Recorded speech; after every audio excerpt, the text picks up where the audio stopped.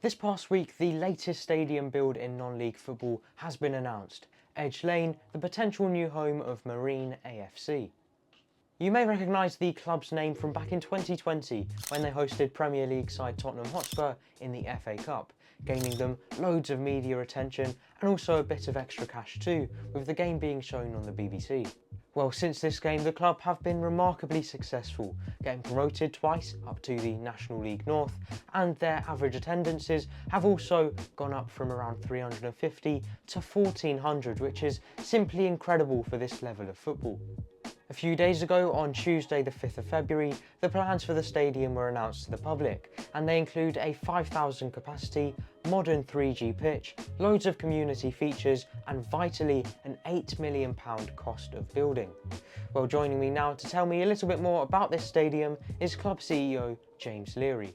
Could you just tell me a bit about how much the game against Spurs in 2020, how much has that helped contribute towards the success of the club over the past few years and you going towards building a new ground?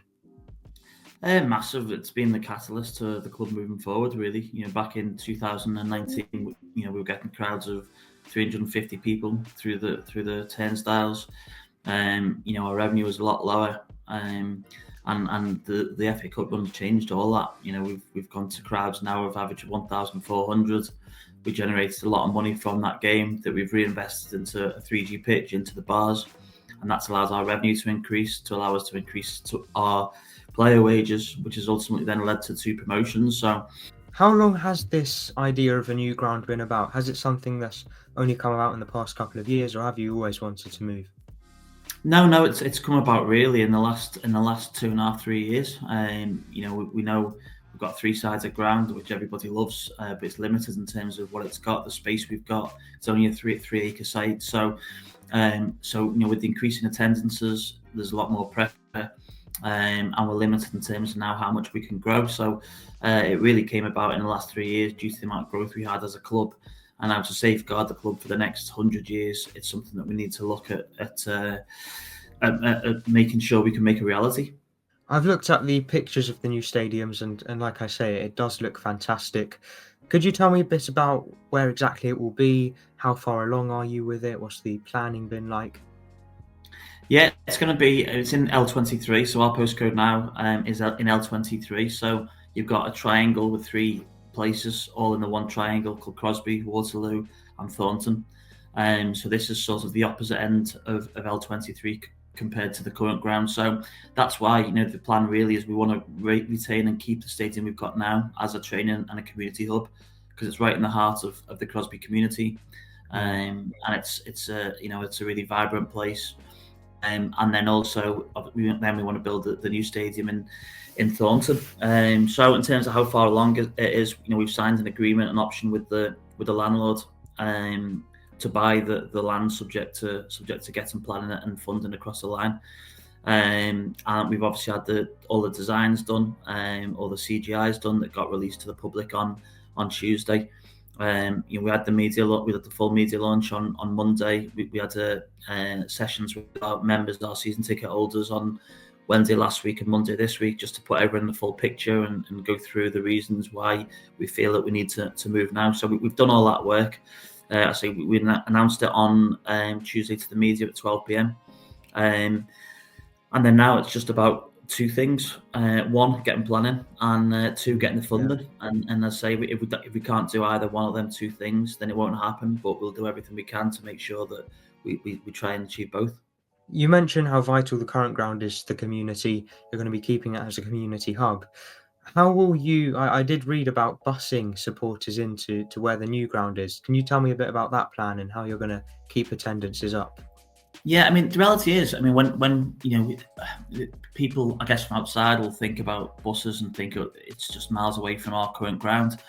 It's still in L23. It's still within that triangle that the majority of our support, even though it's in Crosby, and I mentioned Crosby, Waterloo, Thornton, our supporter base is Crosby, Waterloo, Thornton. I think about 70% of people come from one of them 3 places. So it's not like we've just got a Crosby fan base. Anyone that lives on that half of the triangle, the triangle, will be closer to the new stadium. People who live now closer to the old stadium will be further away. So the aim is that anyone who still wants to go for a pint or who can't drive by car to the new stadium, who lives by the old stadium, that then gives them an option to be able to go by bus to the match. So, I mean, we've been to some other grounds that are well out the way, in the middle of farmland, like Leamington on Saturday, for example, which was a great ground, but it's quite isolated. This is still in L23. It's still in that main triangle of our core support. The media reaction to the launch you did on Tuesday, I mean, hundreds, I think last time I checked, of likes on it, lots and lots of views, lots of articles written on it too, which I'm assuming is great for a non-league club.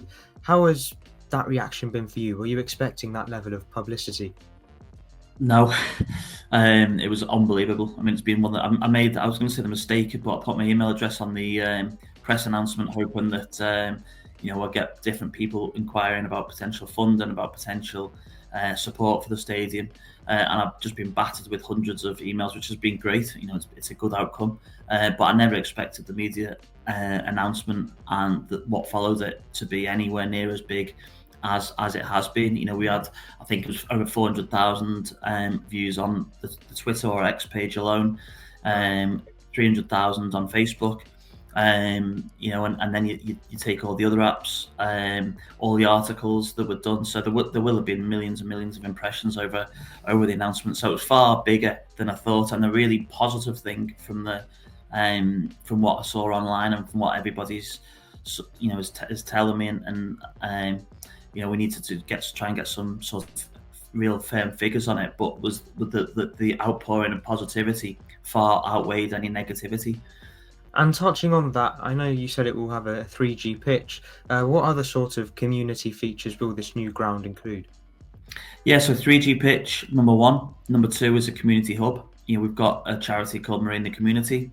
At the moment, all of the activities are done in the current stadium, so we'll keep them going.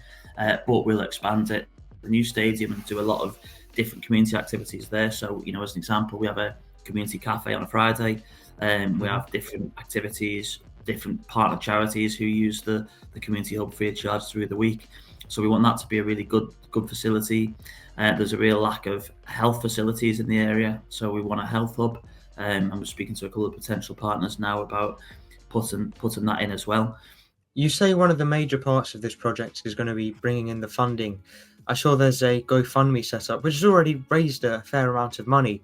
But realistically, how far can you see that going, and how much of the funding for the ground is going to be provided by the fans? Yeah, the reality is only a tiny percentage. Anyone that can give anything is absolutely fantastic, and we've had a lot of donations already. But crucially, we know that that a sum of £8 million is going to come from different means. So I've got a sort of a list of potential avenues to explore. And now that we've got the land secured, now that we've had the designs and the CGIs and gone public with it, I'm starting to pursue all them avenues, and hopefully with, for example, grant funding support, we've had £2.5 million committed from Bellway Homes, which is massive as well.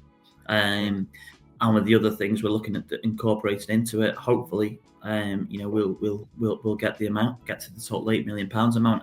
The other scenario is that if we can get to, for example, 5 or 6, we'll do at the start a slimmed down version of the stadium, which can then be expanded with the remaining elements, if you like, to finish it off as and when we get money in the future. Well, thank you very much for watching, and of course, thank you to James for joining me. Let me know down below in the comment section what you think of this stadium, and I'll see you in the next video. Bye.